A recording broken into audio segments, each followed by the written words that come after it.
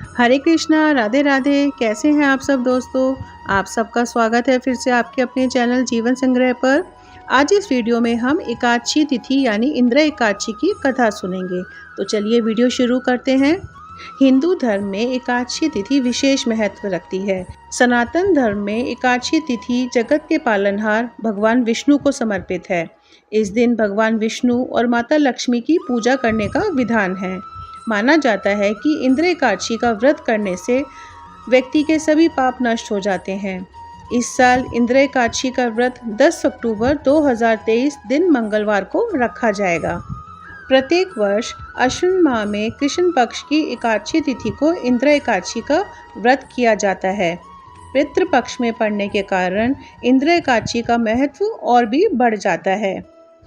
पितृ की पक्ष की इंद्र एकादशी को बहुत ही महत्वपूर्ण माना गया है। धार्मिक मान्यताओं के अनुसार इस एकादशी का व्रत करने से जातक के पितरों को मोक्ष की प्राप्ति होती है।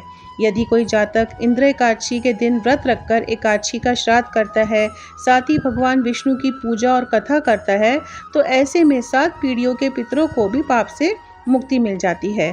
तो चलिए कथा शुरू करते हैं।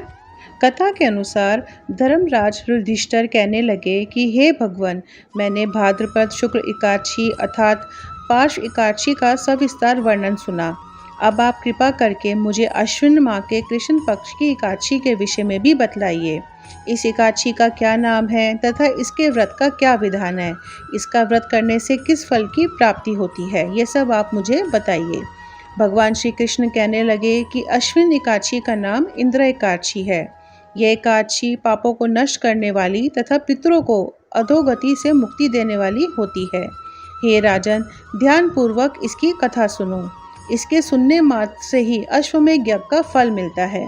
प्राचीन काल में सतयुग के समय में महिष्मती नाम की एक नगरी में इंद्रसेन नाम का एक प्रतापी राजा धर्म पूर्वक अपनी प्रजा का पालन करते हुए शासन करते थे। वह राजा पुत्र, पौत्र और धन आदि से संपन्न और भगवान विष्णु के परम भक्त थे। एक दिन जब राजा सुखपूर्वक अपनी सभा में बैठे थे तो आकाश मार्ग से महर्षि नारद उतरकर उनकी सभा में आए। राजा उन्हें देखते ही हाथ जोड़कर खड़े हो गए और विधि पूर्वक आसन व अर्घ्य दिया।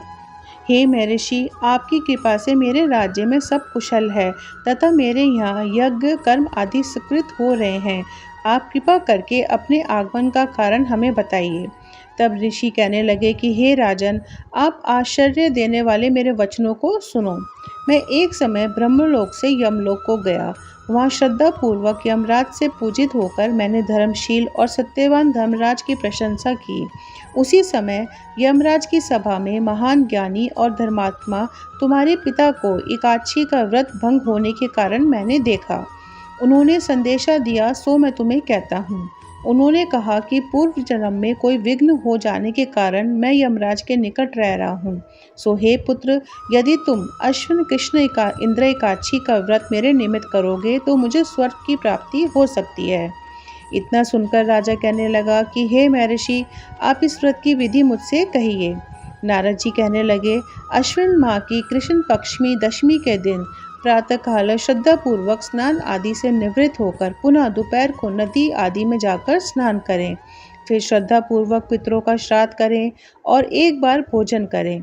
प्रातःकाल होने पर एकादशी के दिन स्नान आदि से निवृत्त होकर फिर व्रत के नियमों को भक्तिपूर्वक ग्रहण करते हुए प्रतिज्ञा करें कि मैं आज संपूर्ण भोगों को त्याग कर निराहार एकादशी का व्रत करूँगा।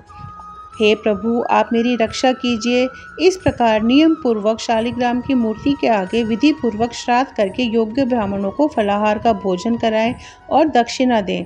पितरों के श्राद्ध से जो बच गया है उसको सूंघकर गौ को दें तथा धूप, दीप, गंध, पुष्प, नैवेद्य आदि सब सामग्री से भगवान का पूजन करें। रात में भगवान के निकट जागरण करें। इसके पश्चात द्वादशी के दिन प्रातःकाल होने पर भगवान का पूजन करके ब्राह्मणों को भोजन कराएं। भाई बंधुओं, स्त्री और पुत्र सहित आप भी मौन होकर भोजन करें। नारद जी कहने लगे कि हे राजन, इस विधि से यदि तुम आलस्य रहित होकर इस एकादशी का व्रत करोगे तो तुम्हारे पिता को अवश्य ही स्वर्गलोक प्राप्त होगा।